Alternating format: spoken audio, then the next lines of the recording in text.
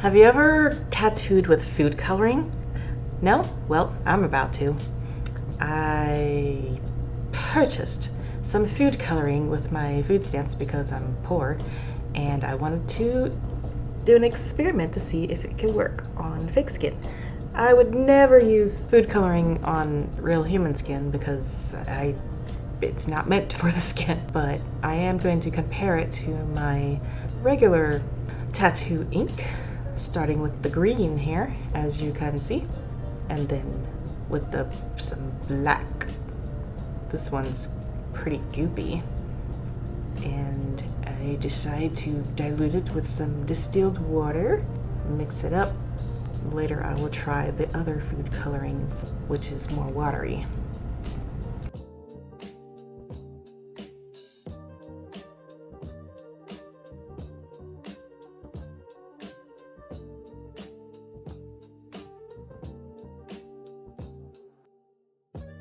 I use a glass water drop thingy to put the coloring into the ink well. The tattoo needle I am using is a standard 12/7 round liner.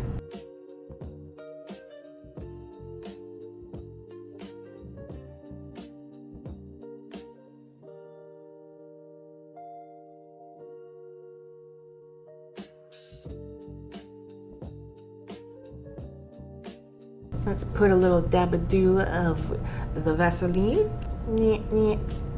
Wipe it off. The tattoo ink is on the top and the not tattoo ink is on the bottom. The tattoo ink is more opaque, but the food coloring is a little bit paler, but it still shows up. So it will work for what I need. I test between diluted and not diluted food coloring, and it seems that the non-diluted food coloring still works very good and is not too thick for the needle, and it won't get clogged. Now I decide to experiment with white paint. Not going to use this on my fake skin, but I am going to use it on some leather pieces. Dilute it with some water and see how it goes.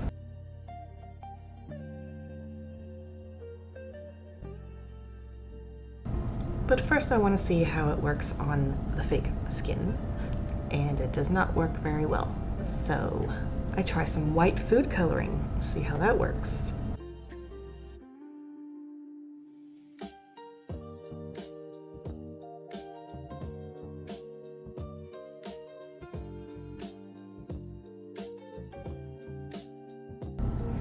And it doesn't work at all.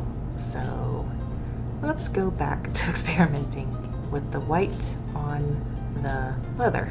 It's black leather here. Food coloring versus paint. They both show up a little bit, but not very much. But not enough, so I decided to move on to working on tattooing on my fake skin. The stencil I put on is of a tulip, which is based off a painting I made that is based off a picture that I took of a little tulip in a garden in Springfield, Missouri. I'm going to tattoo this image entirely with the food coloring, starting with the black. Food coloring I use is from the tube at full thickness, not diluted, and I find that it is pretty easy to use. Like, it doesn't splatter like the tattoo ink. I mean, if you're using cheap, thin tattoo ink anyway. So it works for me.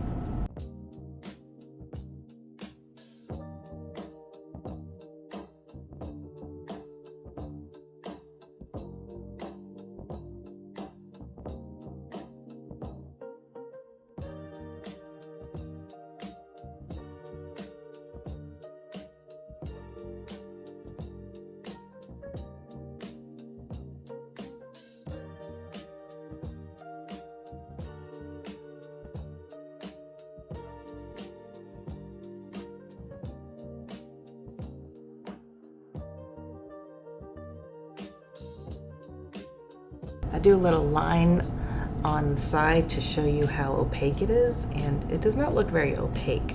when it's away from the stencil, but it still works well enough for me to see at least it's something that's there that I can work with, to at least practice with. You know what I'm saying?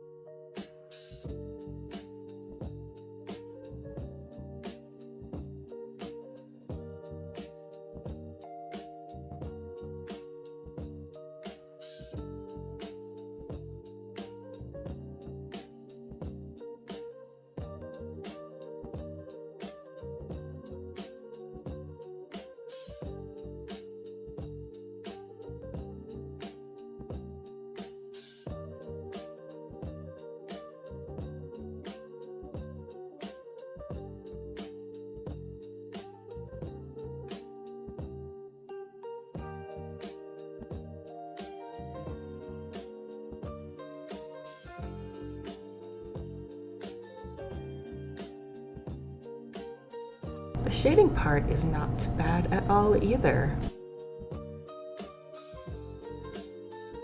Now time for the color.